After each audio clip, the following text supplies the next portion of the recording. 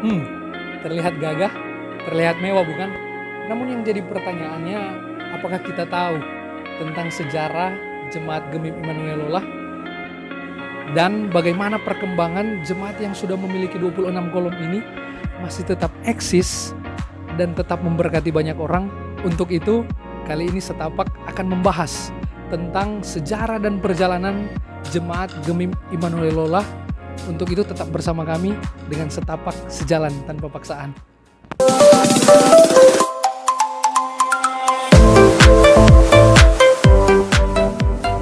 Oke, selamat sore. Jadi sekarang ini Setapak hadir lagi. Sekali ini kita akan bercerita tentang sejarah Gemim Immanuelola. Jadi kita akan sharing tentang bagaimana perkembangan perjalanan jemaat mula-mulanya dari awalnya sampai saat ini. Nah, untuk saat ini kita sedang berada dengan narasumber kita di sore hari ini, yaitu Bapak Adrianus Kainde yang sering kita sebut dengan sebutan Pak Le. Begitu. Henry Adrianus Kainde. Oh, Henry Adrianus Kainde. Jadi begitu. Jadi kita akan sharing dengan Pak Le tentang sejarah dan perkembangan jemaat yang ada di Desa Lolaraya ini.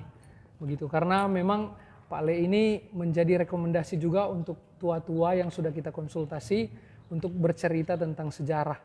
Seperti itu. Namun sebelum kita mulai dalam sejarah, mungkin kita sedikit ingin tahu dulu waktu Pak Le melayani, pengalaman-pengalaman apa saja yang perlu Pak Le sampaikan, mungkin seperti itu. Terima kasih atas kesempatan yang diberikan oleh generasi muda Jemaat Gemim Lola yang begitu serius mau menyampaikan atau mengembangkan apa yang terjadi di jemaat yang sekarang di Jemaat Gemim Immanuelola. Ya, pengalaman-pengalaman yang saya dapatkan dalam kegiatan-kegiatan pemuda waktu lalu, bahwa pemuda Gemim Immanuelola pada masa itu belum diistilahkan sebagai pemuda Gemim. Istilahnya terakhir adalah PPKM. Dengan maksudnya PPKM adalah kepanjangannya Pergerakan Pemuda Kristen Minahasa, Immanuel Lola. Jadi kalau kegiatan pemuda di jemaat di Lola begitu aktif. Lebih-lebih pada waktu saya sudah menjadi pemuda, kegiatan-kegiatan itu aktif karena umat atau jemaat takut setelah kegiatan G30 SPKI, Gestapu. Jadi dianggap kalau siapa yang tidak aktif dalam gereja, berarti dia hampir bisa disebut sebagai antek-antek PKI. Oh, seperti itu, Pak. Jadi kalau hari Minggu masuk gereja atau apa kegiatan-kegiatan sesudah gereja, siangnya adalah acara salinan pemuda yang dipusatkan di gedung gereja. Jadi diadakan kegiatan-kegiatan begitu. Jadi pemuda waktu itu begitu aktif melayani orang-orang tua yang sakit. Kalau ada orang tua sakit di desa Gemim, mau bawa di rumah sakit Tomohon, dipikul oleh pemuda sampai di Tomohon. Begitu juga kalau ada orang meninggal karena belum ada kendaraan yang menghubungkan Lola Tomohon karena jalan rusak. Setelah ada orang meninggal, mau dibawa ke kampung, ke jemaat, pemuda diundang untuk berangkat minimal 20 orang untuk memikul yang meninggal, dibawa ke kampung. Waduh. Jadi itulah kegiatan sosial yang dilaksanakan oleh pemuda. Di samping pemuda Gemim itu ada satu kelompok yang istilahnya Mapalus, yang kegiatan-kegiatan ialah membantu petani. Kalau ada petani yang panen padi, pemuda gereja diundang untuk memetik padi, tidak dibayar. Baku tulung. Iya. Istilahnya dalam Tombolo mahsawang. Mahsawang. Membantu. Jadi mengadakan masawang, memetik padi, tidak dibayar, hanya dikasih makan. Oh, cuma dikasih Dikasih makan. Begitu hal-hal kegiatan sosial pemuda gereja waktu itu. Sampai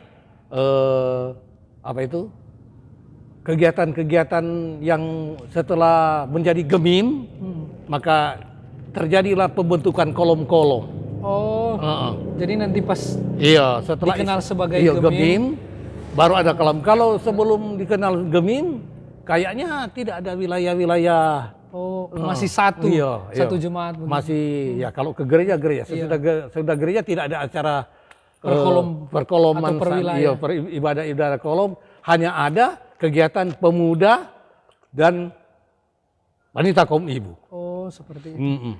Jadi memang dulu ternyata pemuda ini banyak mengambil bagian dalam kegiatan gereja dan kegiatan sosial. Karena takut dikatakan ya antek-antek itu. Oh, ternyata memang akhirnya kita sebagai pemuda juga diinspirasi dengan roh-roh pemuda zaman dulu, ternyata aktif juga membantu orang sampai memetik padi. Jadi seperti itu. Nah, untuk jadi pertanyaan kita selanjutnya Pak Lek, Pak Lek juga kan sudah aktif dalam pelayan khusus begitu. Jadi sudah melayani cukup lama di Jemaat Gemim Immanuel Lola. Mungkin ada juga yang perlu Pak Lek sampaikan.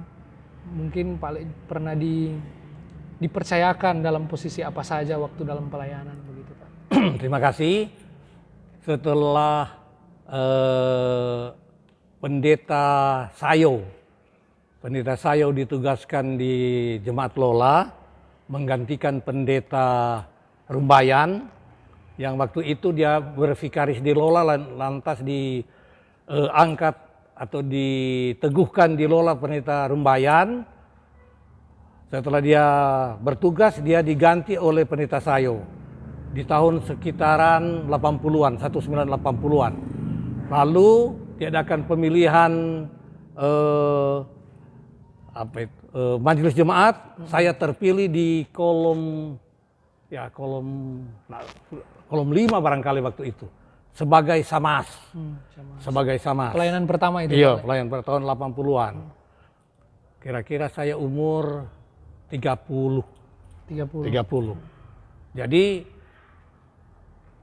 setelah terpilih sebagai samas, dalam sidang badan pekerja, saya terpilih sebagai bendahara jemaat. Oh, bendahara. Bendahara jemaat.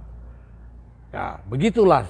Jadi tugas sebagai badan pekerja, bendahara jemaat, dan tugas sebagai pelayan, melayani. Ya, waktu itu sudah terjadi kolom-kolom. Oh iya, karena sudah dikenal sebagai gemim. Iya, sudah ada kolom. Jadi sudah ada kolom-kolom Penatua Samas, dan waktu itu giat-giatnya membangun gereja.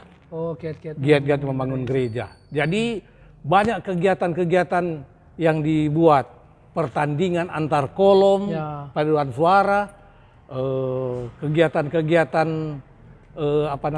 bikin sandiwara atau tonel dari kolom. Itu mungkin yang sudah ada sekarang. Iya. Pak. Bikin, kalau istilah dulu tonel. Atau itu bagaimana? Sandiwara, panggung sandiwara. Oh, jadi drama. Jadi drama mungkin cerita tentang Yesus Kristus atau apa. Tapi yang populer dulu adalah tentang Goliat. Oh, Goliat. Iya, Goliat. Daud dan Goliat. Daud dan Goliat. Jadi kalau bikin acara begitu dapat duit di store untuk pembangunan gereja. Karena giat-giat pembangunan gereja. Nah, berbicara tentang gereja ini Pak Lek, ini juga kita ingin membahas tentang sejarah. Katanya gereja ini mungkin sudah gereja yang keempat. Jadi mungkin Pak Lek boleh bercerita tentang sejarah yang Pak Lek tahu tentang gedung gereja. Terima kasih. Kalau mengenai gedung gereja, tentunya awalnya saya masih anak-anak, saya dapat membayangkan bagaimana saya masuk gereja di gereja tua itu. Di tahun 1958, saya dari Manado pindah di sini. Saya jadi murid sekolah rakyat waktu itu istilahnya. Sekolah rakyat kelas 2. Gedungnya dipakai yang siswa masih kecil di gedung gereja itu. Kalau saya lihat gedung gereja itu sudah agak tua di tahun 50-an itu. Kira-kira umurnya sudah 30 atau 40 tahun. Gedungnya itu dibuat berpanggung tapi tidak terlalu tinggi, kira-kira 1 meter dari tanah. Tiang-tiangnya itu batu-batu besar saja, tidak dicor, hanya batu-batu besar yang diletakkan, diberdirikan. Jadi orang-orang tua dulu mungkin mengangkat itu dari sungai dan dijadikan sebagai tiang, tapi bukan tiang yang dicor, cuma diberdirikan, tapi kayu batu-batunya bagus berdiri. Nah, terlihat kokoh memang. Iya, terlihat kokoh. Jadi gereja dibangun di situ, jadi lantainya papan. Jadi sempat saya sekolah di gedung itu. Jadi gedung itu sebenarnya masih kuat, tapi pada waktu masa pergolakan Permesta di tahun 59-60, daerah Lola menjadi sebagai daerah tempat pertempuran. Tempat pertempuran dari Permesta yang bertempat tinggal di Ranotongkor dan pusat tentara TNI yang bertempat tinggal di Lemo. Jadi kalau tentara pusat mau menyerang Ranotongkor, ditahan oleh tentara Permesta di Kampung Lola. Jadi mereka bertempur di sini. Nah, jadi jemaat Lola waktu itu ada yang dianggap pro Permesta, ada yang dianggap pro TNI. Maka amarah timbul dari tentara Permesta bahwa jaminan makanan untuk tentara Permesta sudah terlancar oleh petani atau rakyat Lola pada umumnya, maka dibakarlah kampung desa Lola ini pada waktu itu. Sebenarnya mereka tidak membakar gereja, tapi gereja kan di lingkungan rumah-rumah. Jadi dari terbakarnya rumah-rumah itu merembet ke gereja, walaupun gereja itu sudah beratap seng. Beratap seng. Belakang gereja ada gedung sekolah 6 bilik. Sudah sekolah rakyat, belum nama sekolah rakyat Gemim, Noskap. Masih Noskap. Itu belum dikenal sebagai. Waktu gereja tua itu. Waktu gereja tua itu. Nah, jadi gereja yang dibangun itu dibangun oleh orang-orang tua dulu, terbakar. Nah, setelah aman bergolak, aman peperangan antara pusat dan Permesta, kembali rakyat kembali ke kampung. Karena waktu kebakaran, terbakar desa, ada yang mengungsi ke Lemo, ada yang mengungsi ke Taratara. Jadi nak tinggal di Lola waktu itu? Jadi Lola sudah bumi hangus, tidak ada rumah lagi. Tinggal yang ada gedung gereja Katolik yang beton waktu itu. Yang sudah beton. Setelah kembali, ya diadakanlah acara syukuran karena sudah aman Permesta, ibadah bersama di lapangan gereja yang terbakar, ibadah bersama dengan tentara Permesta, rakyat, dipimpin oleh waktu itu sebagai hukum tua dan sebagai guru Jumat ialah Bapak Saul Semolen Pogalin. Setelah mengadakan ibadah di halaman luas itu, terpikirlah harus serentak membangun gereja walaupun hanya bulu. Masih bulu. Jadi dibangunlah gereja yang ukurannya sekitar 12 kali 16, atapnya bulu, atapnya sirap, atapnya apa itu namanya? Katu. Iya. Dindingnya bulu. Kursinya bulu, gerejanya bulu. Di samping jadi gereja, juga tempat sekolah sementara. Sekolah rakyat. Iya. Itu gereja yang menurut saya gereja yang kedua. Karena walaupun itu cuma bulu, sudah di gedung gereja. Dipakai oleh jemaat. Lalu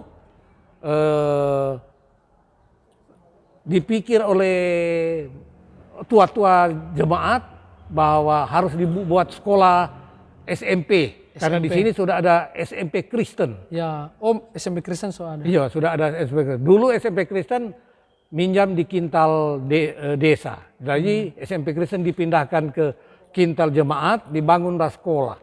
3 bilik, sekolah itu sudah beratap seng, tapi masih dinding bulu, tapi tiang-tiangnya sudah kayu. Tapi apa namanya? Tidak tinggi, cuma lantai cuma biasa, lantai tanah. Nah, sama dengan gereja yang yang masih bulu. Jadi di samping jadi sekolah, di samping jadi gereja. Ya. Iya, ya. Nah.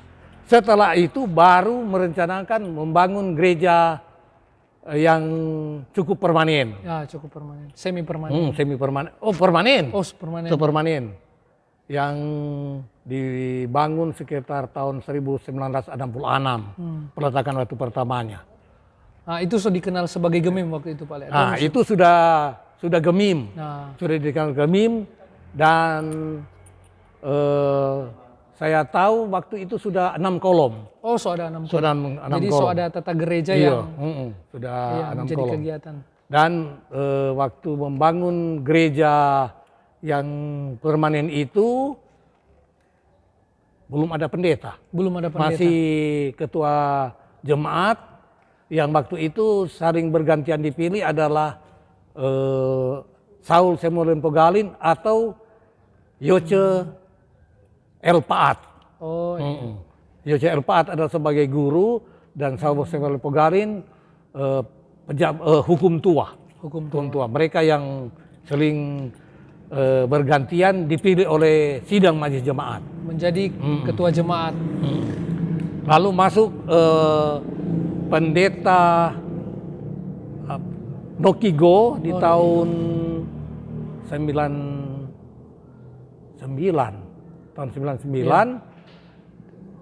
Karena gerejanya sudah permanen tapi belum terlalu bagus kelihatannya, maka sidang majelis jemaat menentukan bahwa dibongkar, dibikin gereja yang sekarang. Yang sekarang ini. Oh, iya. Iya, yang sudah modelnya sudah modern. Iya, modern. Terlihat megah Iya, sekali. megah sekarang. Oke, jadi memang ternyata Selesai gereja tersebut di bawah pimpinan pendeta Sinubu. Oh, Sinubu. Iya. Pas peresmiannya Iya, itu. saya sudah sekretaris jemaat. Pak sudah melayani sebagai sekretaris jemaat. Jadi ternyata perkembangan gereja itu beriringan dengan perkembangan pendidikan di Desa Lola Raya ternyata, Pak. Iya. Pendidikan di Lola memang maju. Iya, memang. Karena orang-orang tua di sini, orang tua murid di sini langsung membuat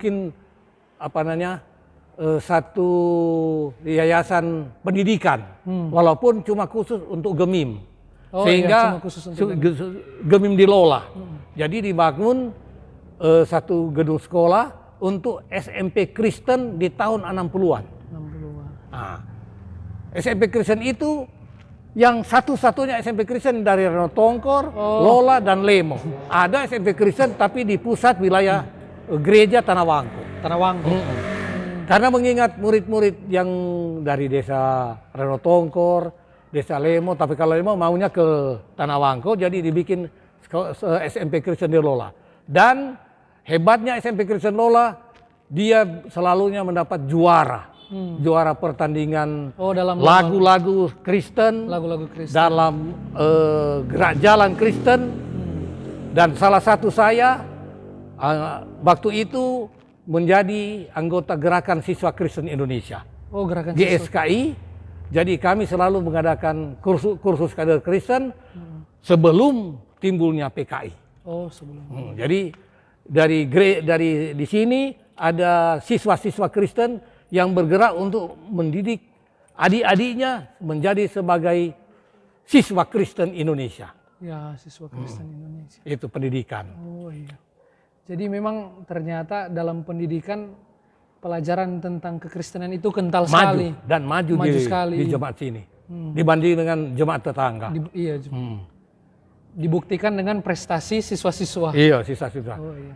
Kalau ujian-ujiannya SMP Kristen Lola pada waktu itu selalu ada yang menjadi juara 1 atau paling kurang juara 2, 3. Oh, ya, masuk di 3 besar Iya. berarti. Dalam pelajaran waktu itu masih istilah ilmu ukur, aljabar, dan belum ada istilah-istilah lain. Ya, Dan ilmu alam. ilmu alam. Jadi yang jago-jago ilmu alam, aljabar, dan ilmu ukur adalah siswa Kristen SMP Kristen Lola di bawah pimpinan pengajaran Bapak Herman Moninca yang cukup cakap Oh, Bapak Herman. ilmu pasti. Oh, ilmu pasti. Oh, ternyata memang akhirnya di sini kita bisa melihat ternyata orang-orang di Desa Lola ini pada dulunya memang jago dalam kesenian, jago dalam mengajar. Jadi ternyata banyak kapasitas yang luar biasa Iya. dan berkualitas juga berarti ternyata orang-orang di sana. Karena orang-orang tua di sini tidak hanya diam untuk pendidikan. Di sini guru-guru kurang. Cuma mereka lulusan SMA, lulusan SMP, tapi yang pintar-pintar. Diangkat menjadi guru walaupun honornya tipis. Murid-murid bekerja di kebun dari guru. Supaya mereka ada penghasilan. Sehingga diusahakan oleh yayasan persekolahan yang cukup khusus untuk jemaat Lola aja meminta guru dari sinode. Maka datanglah 4 guru perempuan Dari sinode. dari sinode, yaitu Enci Yulin Pangemanan almarhum, Enci Yulin Podaah yang masih hidup, Ya. Enci Dei Mawekere masih hidup, dan Enci Enci Rasu sudah meninggal. Ya. Jadi 4 guru ini diusahakan oleh pengurus sekolah Gemim Lola, diminta ke sinode dan mereka bertanggung jawab memberi gaji kepada mereka. Akhirnya keempat guru perempuan ini dikawin oleh pemuda-pemuda yang rajin di Lola. Oh, begitu. Tidak ada yang tidak tertinggal. Ya. Tidak ada yang kembali ke kampung. Semua menetap di Semua Lola. dikawin oleh pemuda-pemuda di Lola. Pemuda yang rajin. Yang rajin. Nah, ini cukup menarik Pak Le. Jadi ternyata pemuda-pemuda yang rajin di Lola menarik perhatian ternyata enci-enci yang dari sinode ini. Iya. Berarti di Lola ini terkenal juga dengan pemuda-pemuda yang rajin berarti dulu. Iya. Nah, sekarang Pak Le mau bertanya untuk pengalaman Pak Le waktu jadi pemuda, katanya pernah mengantar pelayan-pelayan Tuhan untuk pergi untuk melayani orang, mengantar pakai roda atau apa begitu. Mungkin sedikit bercerita. Dulu saya waktu SMP belum pemuda. Oh, masih Masih remaja, tapi karena badan besar sering sudah ikut-ikut pemuda. Oh, sudah ikut. Nah, di sini belum ada pendeta. Ya. Jadi pendeta dari wilayah yang datang melayani di sini kalau ada acara orang kawin atau perjamuan. Ya. Perjamuan. Baptisan mungkin. Dengan baptisan. Baptisan. Ini pendeta wilayah yang dari wilayah Tanah Wangko. Iya, belum ada pendeta di sini di wilayah Tanah Wangko. Oh, iya. Waktu itu yang menjadi pendeta wilayah waktu saya sudah remaja ialah pendeta Watung. Pendeta Watung yang menurut ketahuan saya dia adalah pendeta angkatan laut tapi diperbantukan di Gemim. Nah, dan pendeta Maramis. Pendeta Maramis. Jadi dari jemaat Gemim Lola menyewa roda fair dengan kuda diantar oleh saya dan saya punya teman. Karena saya juga ada kuda. Oh, ada Jadi nggak boleh yang tidak tahu bawa kuda mau Ya, jadi mau antar. saya ada kuda jadi pakai roda fair menjemput pendeta. Jadi pagi-pagi benar sudah berangkat ke Tanah Wangko. Setelah pendeta selesai naik roda fair datang ke Lola. Tapi yang kusirnya tidak bisa naik karena kuda kan naik gunung suat. Iya. Jadi 2 orang kalau dirata naik. Kalau naik gunung turun tolak. Oh, iya. Sampai di Lola untuk melaksanakan pelayanan baptisan atau orang kawin atau perjamuan. Jadi pemuda-pemuda ini tidak dibayar. memang kerelaan sukarela saja hati untuk melayani. untuk melayani. Jadi kalau yang dipanggil bawa roda ya kebanyakan saya, Ya, tapi yang jadi teman ayo. ada yang lain 2-3 orang. Karena kalau naik gunung mau apa namanya Ya, dorong. dorong. Iya. Berarti ternyata memang sejarah perkembangan jemaat ini sangat didominasi oleh pemuda ternyata. Ya, Ternyata memang pemuda Lola itu sangat berperan penting. Jadi mungkin dari kami Setapak, Pak Le ingin mendengar pesan terakhir dari Pak Le untuk pemuda jemaat di Lola ini sebagai pemuda Gemim Immanuel Lola. Seperti apa, satu kalimat saja Pak Le? ya. Karena saya juga waktu muda termasuk bukan pimpinan ya waktu itu, tapi saya karena ikut GSKI dan ikut GAMKI, Gerakan Angkatan Muda Kristen. Jadi jiwa raga di samping untuk negara, di samping untuk Kristus. Ya, untuk Kristus. Jadi saya mau generasi yang sekarang belajarlah untuk menjadi pejuang Kristus. Ya, Pejuang Kristus. Jadi di samping berjuang untuk negara, tapi karena kita orang Kristen, ya berjuang untuk Kristus. Karena menurut pengalaman saya, kalau kita berjuang ke Kristus mulai muda, maka kita akan terpakai sampai tua dan Tuhan tetap menjaga kesehatan jasmani dan rohani. Saya sekarang sudah umur 71 tahun, tapi masih kelihatan umur 58 tahun, 50-an tahun. Karena bekerja di ladang Tuhan walaupun susah. Ya, Jadi maksud saya boleh jadi boleh memberikan nasihat bahwa untuk pemuda-pemuda sekarang di samping berusaha jadi pandai, tapi jangan lupa pandai demi Yesus Kristus. Aduh, sangat luar biasa Pak Le. Terima kasih Pak Le. Nah, jadi dari pertemuan obrolan kita di sore hari ini kita boleh menarik kesimpulan bahwa ternyata jemaat yang besar yang terlihat seperti sekarang ini adalah jemaat yang dibentuk dari proses. Nah, mungkin kita anak muda sudah tidak lagi menghargai proses, ingin sukses secara instan, cepat besar, cepat terlihat besar oleh orang lain seperti itu. Namun kita lupa dengan proses. Padahal dari proses kita dapat melihat pertolongan Tuhan yang luar biasa dalam kehidupan kita.